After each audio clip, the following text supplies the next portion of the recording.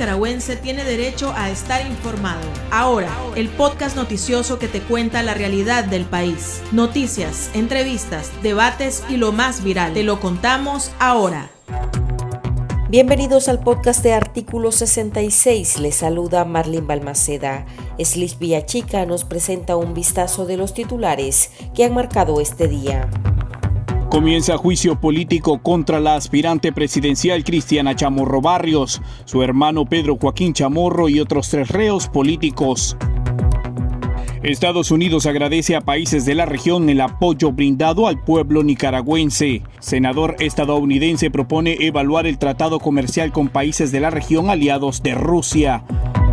En El Pulso abordamos de qué se trata el delito de lavado de dinero que el régimen pretende aplicarle a un grupo de presos políticos. Iniciamos el podcast ahora, correspondiente a este jueves 3 de marzo de 2022.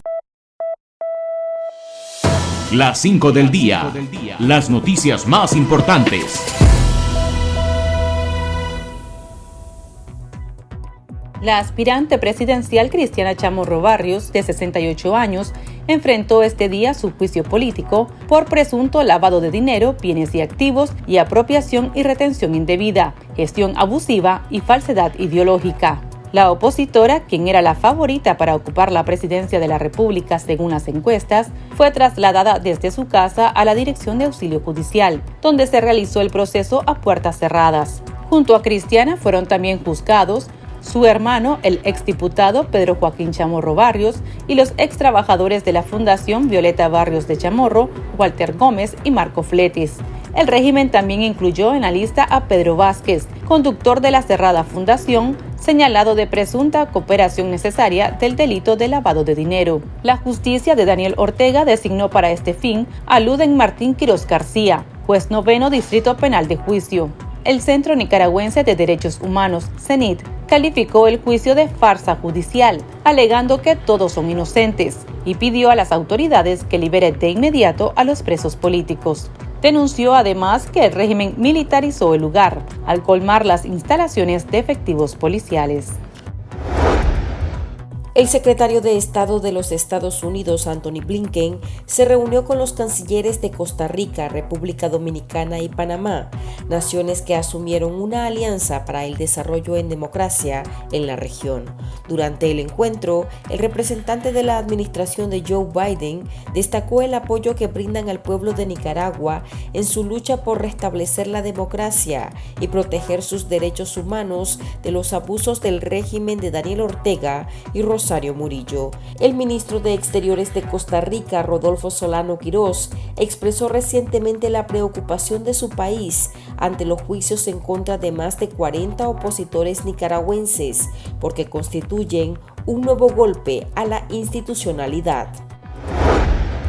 El senador demócrata Bob Menéndez, presidente del Comité de Relaciones Exteriores del Senado de Estados Unidos, planteó la necesidad de revisar el Tratado de Libre Comercio TR-CAFTA, que mantiene con países como Nicaragua, Venezuela, El Salvador, tras el alineamiento de estos 3 países con Rusia y la invasión militar a Ucrania.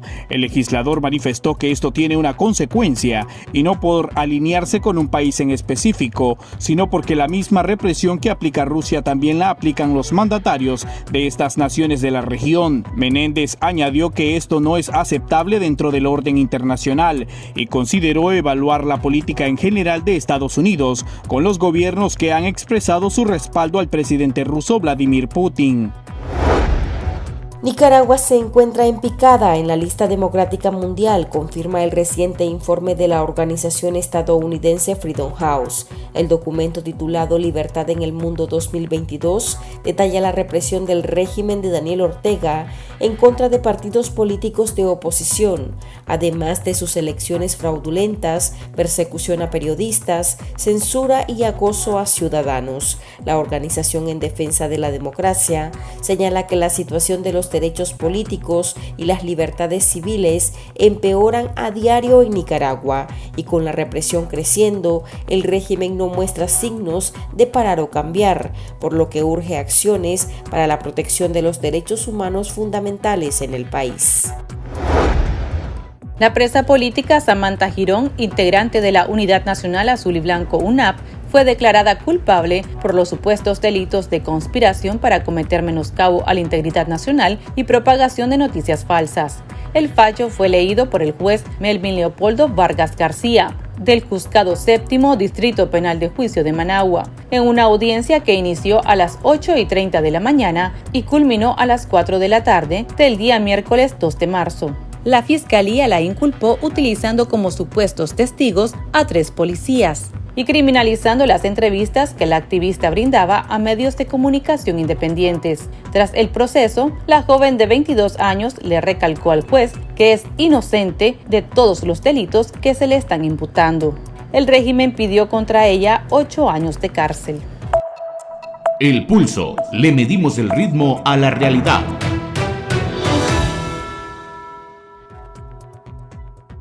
El régimen Ortega Murillo arrancó este día el juicio político contra los hermanos Cristiana y Pedro Joaquín Chamorro Barrios y extrabajadores de la cerrada Fundación Violeta Barrios de Chamorro, acusados de supuesto lavado de dinero, entre otros presuntos delitos. Para entender de qué se trata este cargo que el régimen le imputa a estos presos políticos, conversamos con el exfuncionario judicial, el abogado Yader Morazán. Yader, cuando hablamos de lavado de dinero, ¿a qué nos referimos? Mira, hay muchas formas de lavar dinero, pero básicamente, en términos generales, nos referimos a convertir dinero que tiene una procedencia de ilicitud a través de operaciones financieras que permiten inyectar ese dinero al sistema financiero para que ese dinero sucio o dinero mal habido se convierta en un dinero que pueda tener una circulación libremente, pues, de forma lícita.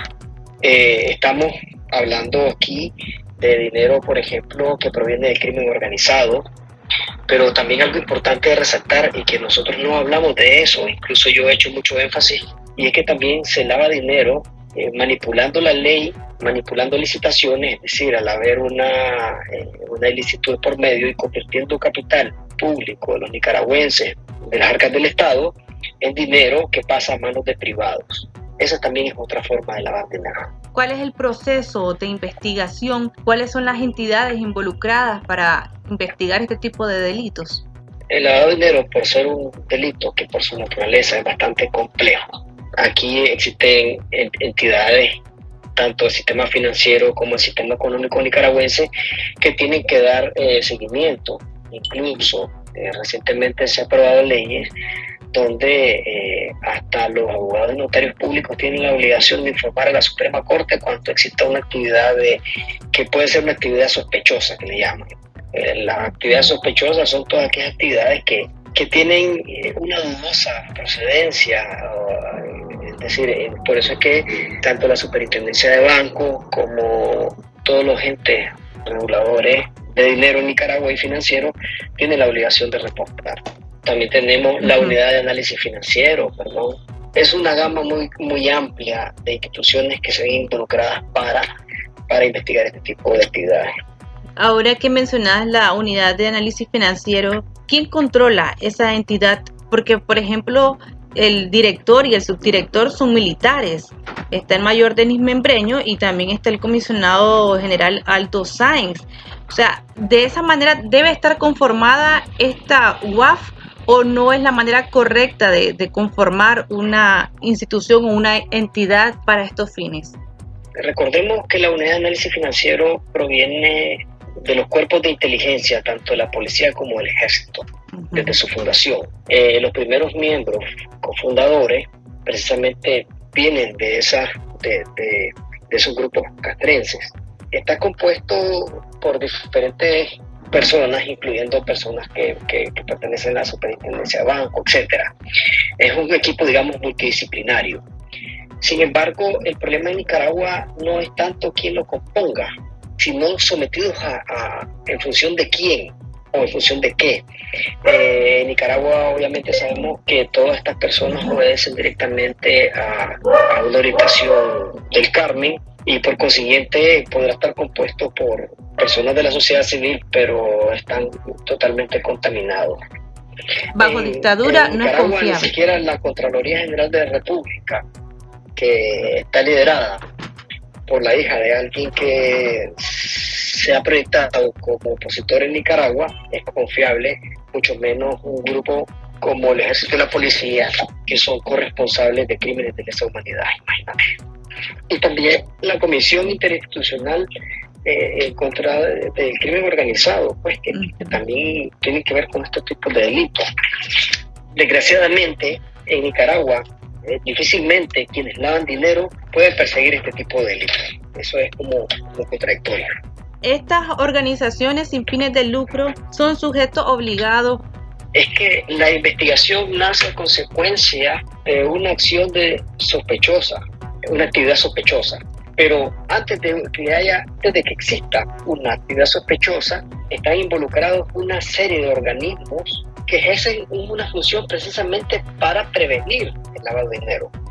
Si algún organismo, alguna asociación o federación está controlada, contablemente hablando, son las ONG en Nicaragua. Porque las ONG rinden declaración a la DGI, rinden declaración al Ministerio de Trabajo con respecto a sus trabajadores, ellos cotizan.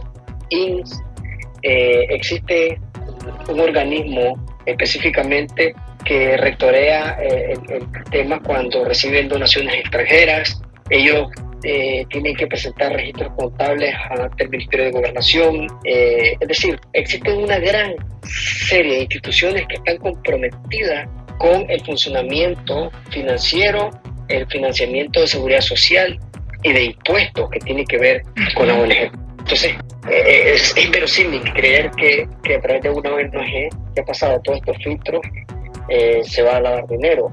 Máximo, si estas ONG reciben fondos de los mismos cooperantes de los que ha recibido el fondo del Estado. Por ejemplo, fondos de la AID son fondos que igual tanto las ONG como el mismo Estado han recibido esos fondos. ¿Cómo podría entonces un gobierno determinar que una organización sin fines de lucro está realizando este tipo de actos ilícitos? Para empezar, hasta el día de hoy, que llevamos desde antes de mayo del 2021 al día de hoy, no hemos escuchado cuál es la ilicitud de esos fondos. ¿De dónde proviene esa ilicitud? Porque se lava únicamente lo que está sucio. Difícilmente vas a lavar algo limpio. Eso te dice todo, pues, por decir así. Ahora, cuando se trata de investigar este tipo de delitos, ¿se debe de mantener sigilo, confidencialidad de estas investigaciones o se puede hacer, como lo ha hecho el régimen, prácticamente algo mediático? Las investigaciones generalmente son confidenciales, por decir así, por llamarlo de una forma.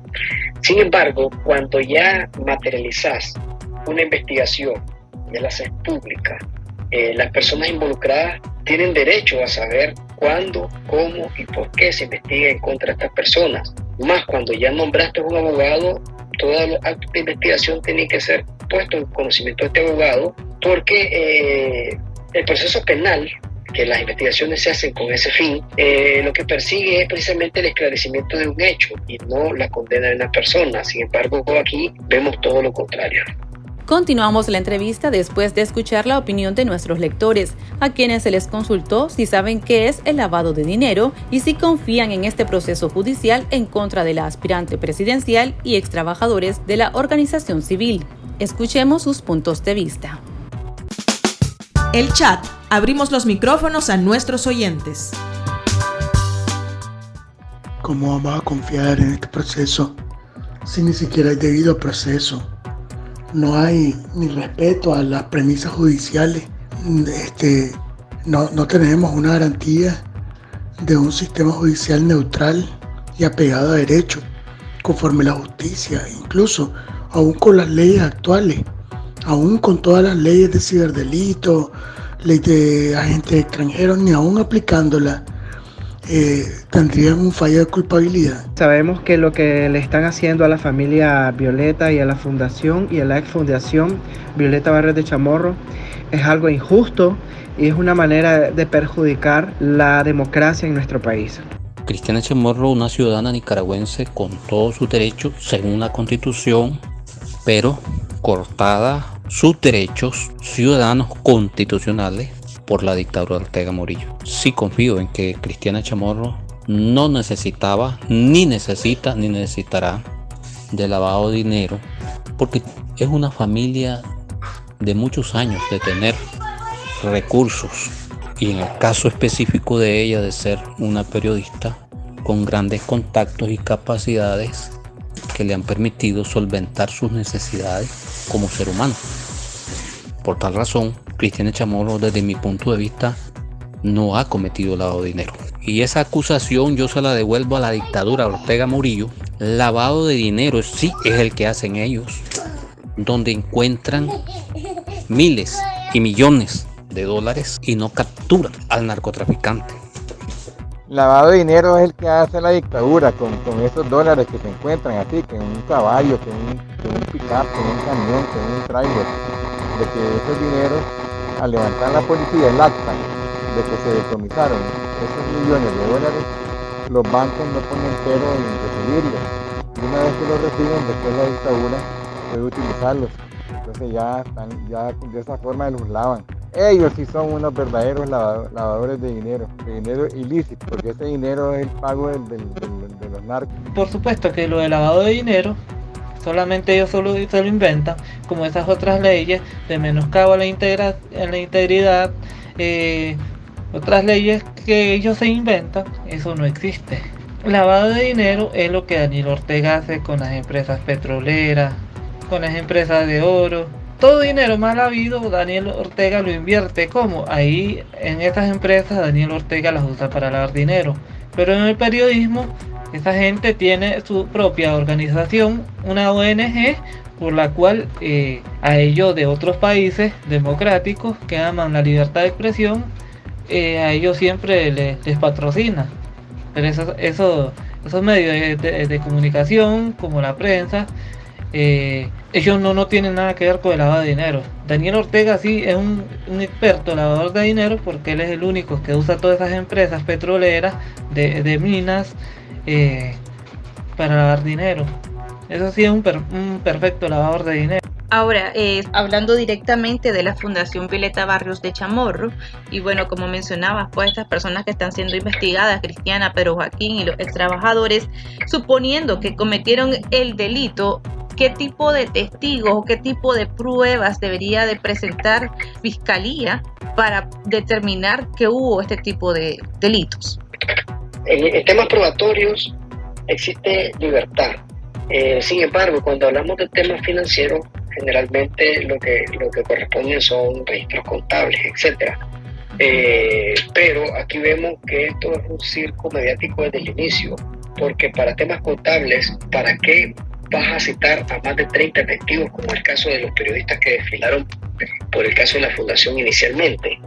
Sin embargo, cuando ellos presentaron la acusación, ya habían desfilado aproximadamente como 21 o 22 testigos. Sin embargo, presentaron una acusación de 3 páginas que solamente con el encabezado, el pie de firma, la solicitud de trámite, la identificación de las partes y los pedimentos del fiscal, solo ahí se te van 2 páginas, que quiere decir que ellos presentaron una relación de hechos de un delito tan complejo como de una página aproximadamente.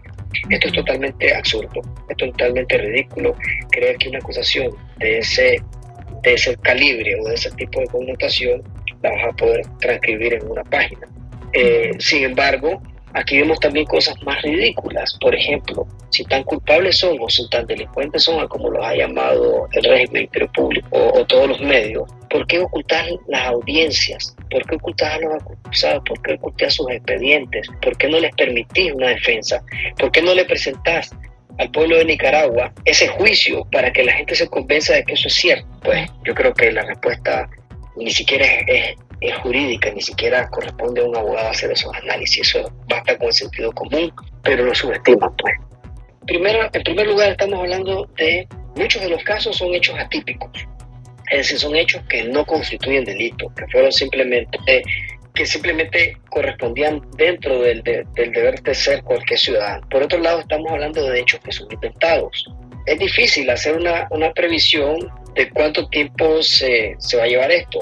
Sin embargo, de todos los delitos acusados, el delito más complejo es el delito de lavado de dinero y este tipo de delitos por los que se le está acusando a las personas asociadas a la fundación, porque estamos hablando de temas muy, muy complejos y muy técnicos, como son los sistemas financieros. Deberían de haber de por medio contadores, deberían de haber expertos en informáticos, porque han sido vaciados muchos registros informáticos.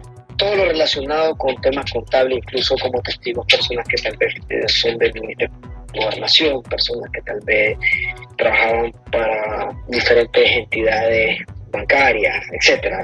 Todo lo que tenga que ver con temas financieros. Coméntanos el debido proceso y, bueno, en este caso, pues las violaciones al debido proceso. Por ejemplo, un abogado que se le baja hasta el pantalón y que no se le permite llevar, pero ni siquiera una tablita para tomar nota, ¿te imaginas qué tipo de defensa puede ejercer? Más allá de las violaciones, aquí hay algo todavía más grave. Las violaciones procesales recaen en sí sobre las actuaciones de los jueces. Y muchas de estas actuaciones lo que hace es, ese acto jurídico puede quedar inválido, pero puede volverse a hacer, volverse a llevar a cabo, y eso subsana esa nulidad. Pero aquí hay algo más grave, y es el hecho de que ya tienen, desde que se presentó el caso, que en el caso de Cristiana fue el 3 de junio, y antes todavía Marco Flete y Walter Gómez fueron acusados antes, que se les pusieron los 90 días, estamos hablando de que en diciembre aproximadamente cumplieron 6 meses, que es el máximo tiempo que existe en la legislación nicaragüense para que un juez dicte sentencia. Estos procesos, abrir un juicio el día de hoy, eso correspondería, como lo que llamamos nosotros en sentido popular, revivir un muerto que está bien muerto, porque los procesos se mueren por muchas razones. Existen 10 razones en la ley. Dentro de ellas, la muerte del acusado puede extinguir un proceso. En el caso, por ejemplo, de Daniel Ortega, el tema de la prescripción, se extinguió el proceso por prescripción. Y otra de las razones es por vencimiento del plazo máximo de duración del proceso. Por consiguiente, hacer un juicio es como revivir algo que ya está muerto. Si hablamos de nulidades, todavía esto es algo mayor que una nulidad. O sea, es decir, es una nulidad, pero que recae sobre la razón de fondo por la que nace el proceso, todavía más allá. Estamos viendo también de que además de ser a puertas cerradas, no se le permite a veces el acceso a los familiares, y la zona, por ejemplo, el día de hoy estaba todavía más, desde el CENIC, militarizada. O sea, eso tampoco es correcto en un proceso, un juicio. Bueno, partamos con que se están llevando estos calvarios judiciales en un centro de tortura, donde el juez muy difícilmente puede jugar un rol imparcial, autónomo, independiente, porque pues la policía de Nicaragua no tiene límites y hasta el mismo juez puede quedar ahí, por decir así, por verlo de alguna manera. Sumado a esto, que los abogados son revisados y hasta les bajan el pantalón, donde no se les permite llevar sus libros, donde no se les permite llevar una computadora, una portátil, a veces para llevar apuntes. Los abogados han pasado estudiando los casos por meses, y por esto en temas contables, el abogado no es un contador, digamos. El abogado solamente es un técnico del derecho, y a veces necesita de recurrir incluso de información de internet cuando se hace una pregunta muy técnica que no es su alcance. Entonces está totalmente limitado. Sumado a ello, que hay un patrón común en todos estos casos, y es que al abogado no se le permite estar al lado de su representado. Por consiguiente, el abogado muy difícil puede manejar todos los detalles alrededor de un caso. Solamente las personas que están siendo procesadas son las que conocen, por ejemplo, en el caso de Cristiana, el manejo de la fundación. El caso del contador es el único que puede dar detalles al abogado sobre qué preguntar o proporcionar algún tipo de información que es importante para hacer una buena defensa. Prácticamente están dejando a la persona sin defensa, entonces.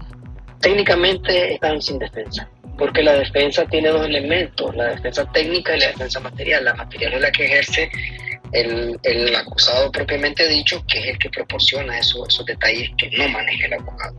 Por ejemplo, en el caso de Cristiana Chamorro, la trasladaron desde su casa a este centro de tortura, como bien dijiste, la vistieron de azul y la llevaron pues con esposas, tengo entendido que de plástico, pero bueno, esposadas. ¿Eso es correcto?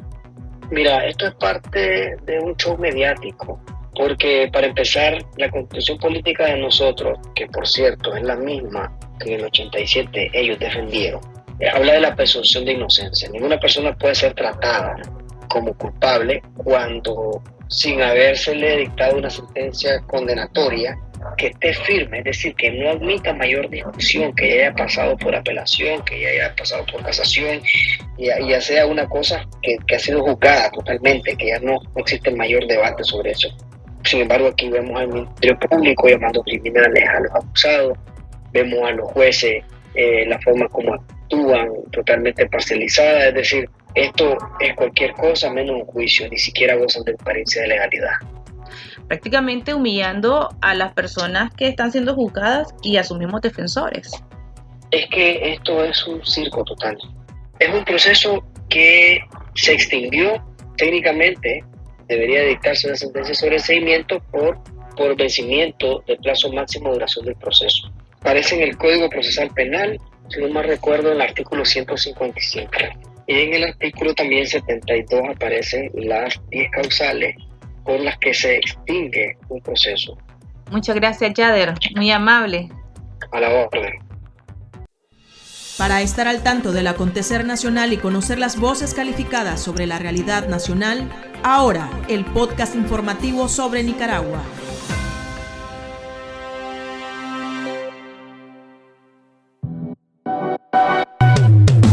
Tendencias, la viralidad de las redes sociales. Monseñor Rolando Álvarez, obispo de la diócesis de Matagalpa y administrador apostólico de la diócesis de Estelí, abogó por la paz mundial y el cese al fuego en Ucrania. En su programa Pastoreo, Comunión y Oración, el líder religioso pidió que cese la agresión sangrienta que está sufriendo el pueblo ucraniano y por la conversión de Rusia y su presidente Vladimir Putin, así como del canciller ruso Sergei Lavrov y demás asesores. Monseñor dijo que la ambición ha llevado a los poderosos del mundo a socavar la paz, a atacar las ideas de los inocentes y hasta destruir ciudades enteras como está sucediendo en Ucrania. Aquí termina el episodio de ahora de Artículo 66. Continúe informándose a través de nuestro sitio web www.articulo66.com. Síganos en nuestras redes sociales. Nos encuentra en Facebook, Twitter e Instagram. Y suscríbase a nuestro canal de YouTube. Hasta la próxima. La información veraz y de primera mano está ahora. No te perdás el podcast noticioso que te cuenta la realidad del país. Compartí y pasa la voz.